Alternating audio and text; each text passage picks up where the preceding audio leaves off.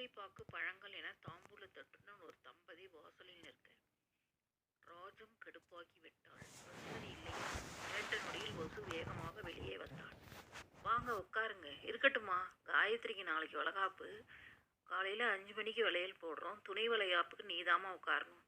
இதை வாங்கிக்கோ. உனக்கான மற்ற மரியாதைகளை சபையில் செய்கிறோம்.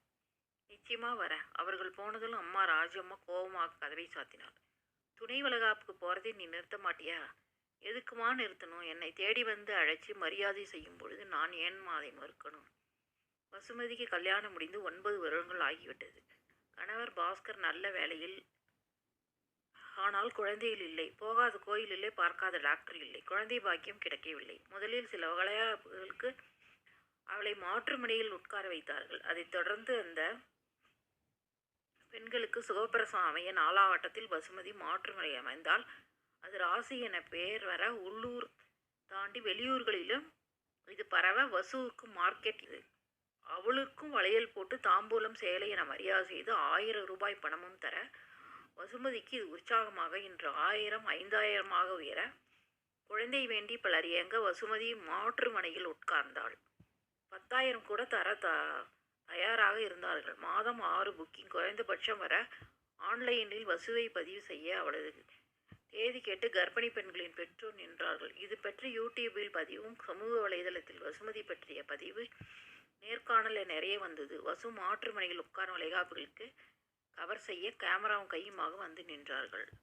இது வசு உட்காரும் 100வது வளைகாப்பு என கணக்கிட தொடங்கிவிட்டார்கள். வளைகாப்புக்கு வசுமதி என்ற பட்டம் வேறு. அம்மாவுக்கு சுத்தமாக இது பிடிக்கவில்லை. அம்மா, நான் சராசரியாக மாதம் 60,000 சம்பாதிக்கிறேன்.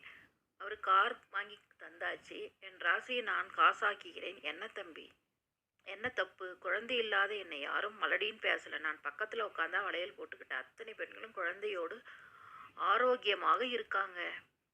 என் ராசி உலகம் முழுக்க பேசப்படுது. அப்புறமா என்னம்மா? ஏதோ வசு புறப்பட்டு விட்டாள். அவளுக்கு தலை சுற்றியது, வாந்தி வருவது போல் இருந்தது. உள்ளே போய் வாந்தி எடுத்தால் அம்மா வந்து கேட்க, நேற்று சாப்பிட்ட பஜ்ஜி சரியில்லை என்றாள். அதானே பார்த்தேன். 9 வருஷமா வராத குழந்தை இப்போ வந்துட போகுதா? ஆனால் நான் தள்ளி இருப்பது வசுவுக்கு தெரிஞ்சது.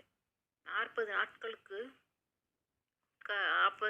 கடந்து விட்டன. வளைகாப்புக்கு நேரமாகி விட்டதால் புறப்பட்டால் அவசரமாக அங்கே போய் வளைகாப்பு நல்லபடியாக முடிந்தது.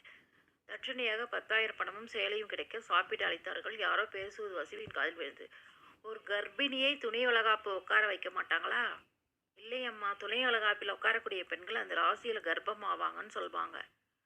100 முறை மாற்றுமனையில் உட்கார்ந்த வசுமதி ஏன் கர்ப்பம் தரிக்கவில்லை?